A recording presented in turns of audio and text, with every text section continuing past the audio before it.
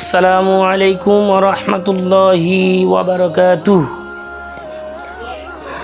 আলহামদুলিল্লাহি ওয়াহদা ওয়াস সালাতু ওয়াস সালামু আলা মান লা নাবিয়্যা বা'দা।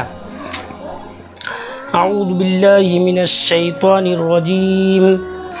বিসমিল্লাহির রহমানির রহিম। ফাসআলু আহলা যিকরি ইন কুনতুম লা তা'লামুন। وقال الله تبارك وتعالى في كلامه المجيد. بسم الله الرحمن الرحيم. إنما يخشى الله من عباده العلماء. সর্বপ্রথমে আল্লাহ রাব্বুল আলামিনের প্রশংসা করি, সেই মহান সত্তা যিনি আসমান জমিন এবং সারা বিশ্বের পালনকর্তা। তার প্রশংসা করে আমরা কখনোই শেষ করতে পারবো না। ছোট্ট বাক্যে বা সেন্টেন্সের দ্বারাই বলে থাকি আলহামদুলিল্লাহ। তারপর ধর্মের গুরু কর্মের নেতা নবী মুহাম্মদুর রাসূলুল্লাহ সাল্লাল্লাহু আলাইহি সাল্লামের প্রতি হাজার হাজার শত সহস্র শান্তির ধারা বর্ষিত হোক। আল্লাহুম্মা সাল্লি আলাইহি আল্লাহুম্মা বারিক আলাইহি। বলছিলাম আলোচনার বিষয় আলেমদের প্রতি আল্লাহ রাব্বুল আলামিন কিভাবে কোরআন মাজিদের মধ্যে কথাকে বাস্তবায়িত করেছেন এবং মানব জাতি এই আলেমদেরকে কতটা ঘৃণার নজরে দেখে, এর মধ্যে কিছুটা তফাৎ এবং পার্থক্য আপনাদের সামনে বাস্তবায়িত করব ইনশাআল্লাহ। আল্লাহ রাব্বুল আলামিন তিনি কোরআন মাজিদের মধ্যে কোরআন মাজিদের মধ্যে আলেমদেরকে উচ্চ মাকামে পৌঁছে দিয়েছেন, উচ্চ পদস্থে স্থান করে দিয়েছেন। কিন্তু এই হারামখোরেরা, এই মানব জাতি এমন নিকৃষ্টতম কাজ এবং কার্যকলাপ করে আলেমদের সাথে, যা বলা খুবই নিজেকে কষ্ট লাগছে, বলতে লজ্জা লাগছে। তো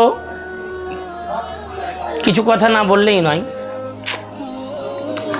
আজকে সমাজের মধ্যে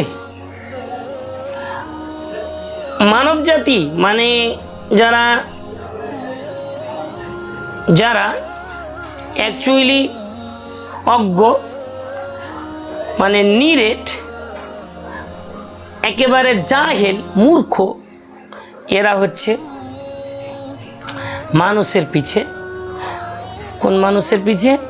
না তো আল্লাহ তাআলা যাকে পছন্দ করেছেন এবং যাকে সার্টিফিকেট প্রাপ্ত করে দিয়েছেন আলেম সমাজদেরকে, তাদের পিছে লেগে যায়।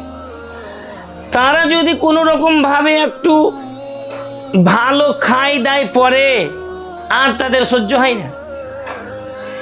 কেমন বুঝাবো আপনাকে? বুঝাচ্ছি, ওয়েট করেন। আর ভিডিওটা আপনাদের সামনে তুলে ধরব। ভিডিওটা শেষ পর্যন্ত দেখবেন, যতদূর পর্যন্ত আপনাদের ধৈর্য আছে। তো যাই হোক, নিজের কথা না বলে এবার আমি বিষয় দিকে এগিয়ে যাই। বলছিলাম আল্লাহ তাআলা তিনি কোরআন মাজিদের মধ্যে প্রশ্ন ছুড়ে দিচ্ছেন, ফাসআলু আহলা যিকরি ইন কুনতুম লা তা'লামুন। তোমরা যারা জানো না, তারা জানা এবং জ্ঞানী লোকের নিকটে জেনে নাও। তাহলে জ্ঞানী লোকেদের নিকটে জানতে হবে, জ্ঞানীটাকে আলেম লোকেদের কাছে জানতে হবে। এখানে আহলুদ যিকর এই শব্দটাকে ইমাম কুরতুবী তিনি বলেছেন আহলে কোরআন, এবং আব্দুর রহমান আসাদ তিনি বলেন যে আহলুদ যিকর হচ্ছে এটা হচ্ছে জ্ঞানী লোক, বলা হয়েছে ওর ওর মতামতে। তাহলে দুইটি কথা অনুযায়ী ধরে নেন আল্লাহ তাআলা কোরআন মাজিদই ধরেন বা আহলে কোরআনই যদি ধরেন বা ওই ব্যক্তি কোরআন মাজিদ থেকেই যদি কথা তুলে ধরা হয় যে না জ্ঞানী ব্যক্তিদের কথা আব্দুর রহমান সাদ বলছেন এবং ইমাম কুরতুবী তিনি বলেন যে আহলে যিকর মানে আহলে কোরআন। তাহলে দুইটিকে সমন্বয় করে যদি পর্যবেক্ষণ করা যায় তাহলে বোঝা যায় যে আসলে আলেমদের প্রতি কথাটা আল্লাহ তাআলা ইঙ্গিত করে বলেছেন যে এদের কাছে জিজ্ঞাসা করিও, তাহলে তোমরা দুনিয়াতেও সুখময়, দুনিয়াতেও ঠিক জায়গায় থাকবে, সঠিক জায়গায় থাকবে এবং আখিরাতে তোমরা জান্নাতের মানে সার্টিফিকেট প্রাপ্ত হয়ে জান্নাতে প্রবেশ করতে পারবে। যাই হোক, এই আয়াত শেষ করলাম, বুঝাতে পারলাম যতটুকু ততটুকু আপনি নিজের ব্যক্তিগতভাবে না বুঝে নিয়ে আয়াতটাকে বুঝে এবং আয়াতটা পর্যবেক্ষণ করবেন কোরআন মাজিদ থেকে, সূরা নাহলের আয়াত। এবার আসি, আল্লাহ তাআলা তিনি ইন্নামা ইয়াখশাল্লাহু মিন ইবাদিহিল উলামা, আল্লাহ তাআলা তিনি বলেন যে আলেমেরা প্রকৃতভাবে আমি আল্লাহ রাব্বুল আলামিনকে ভয় করে। এবার মূল কথাটাই আপনাকে বলি, প্রত্যেকটা মানুষ যারা মূর্খ তারা কিন্তু আলেমদের প্রতি মুখাপেক্ষী, আলেমদের কাছে মুখাপেক্ষী। কেমন বলবেন কেমন কথা? জি বলতে চাইছি আপনাকে, যেটা মানুষ প্রত্যেকটা জায়গাতে প্রত্যেকটা ক্ষেত্রে আলেমের প্রয়োজনে পড়ে, আলেম ছাড়া গতি নেই। কেমন কথা?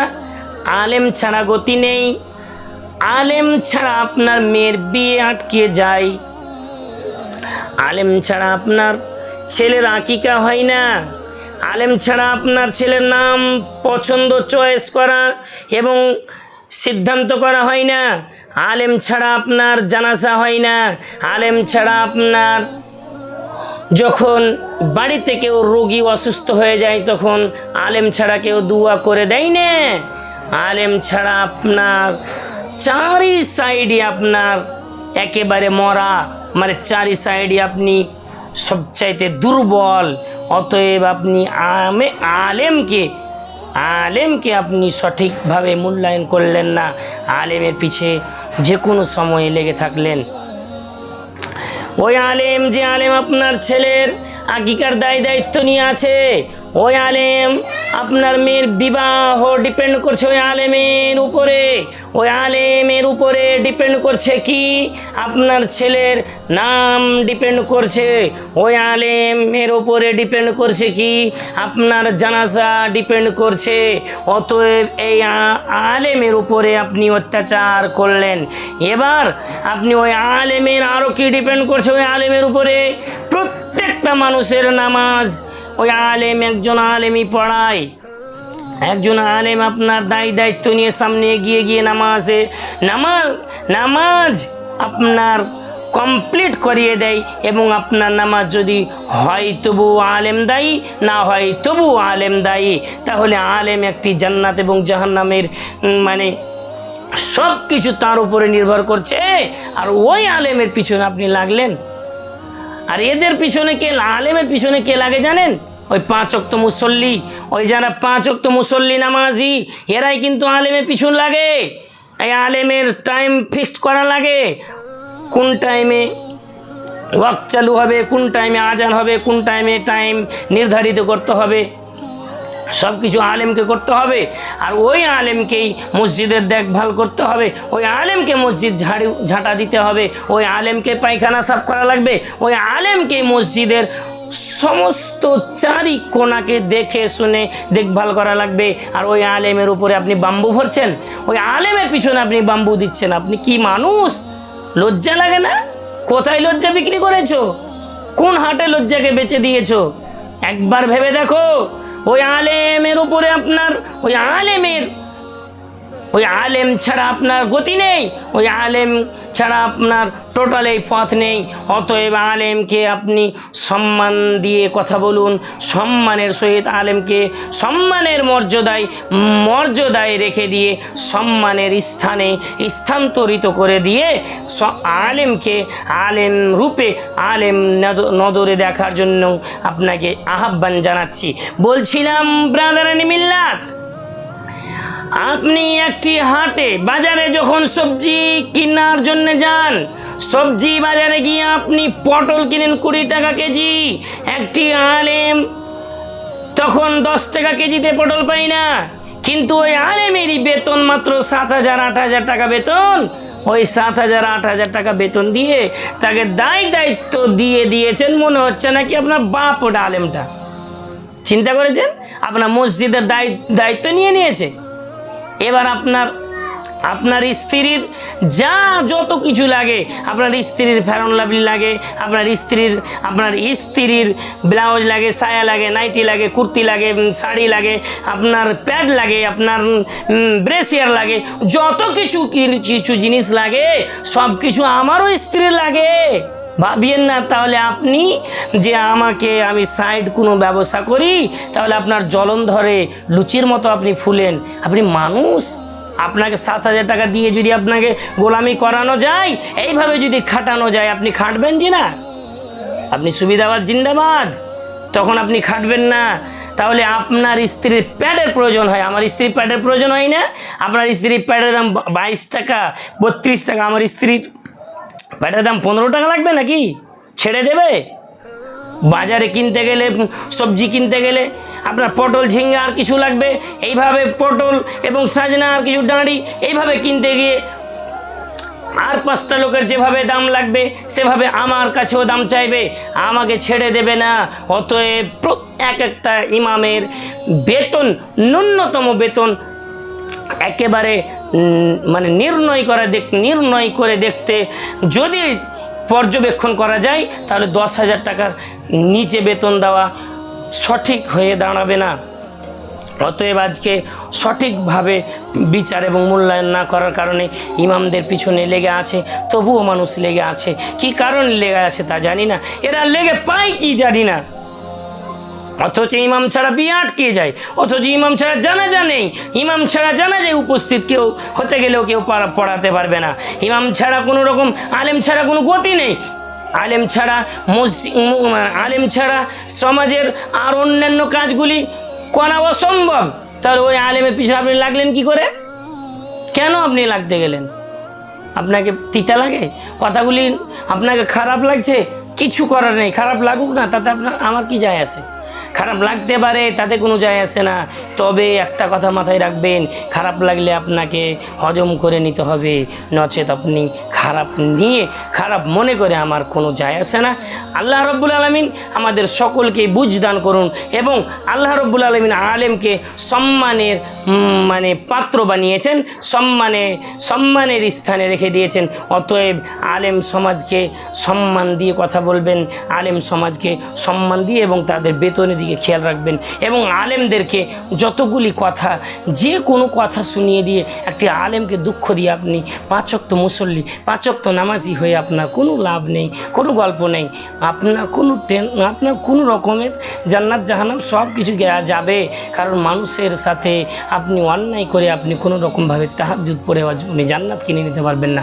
আল্লাহ রাব্বুল আলামিন আমাদের সকলকে সঠিক বুঝদান করুন, আমিন। এখান থেকে আমার বক্তব্য করলাম, আলাইনা ইল্লাল বালাগ।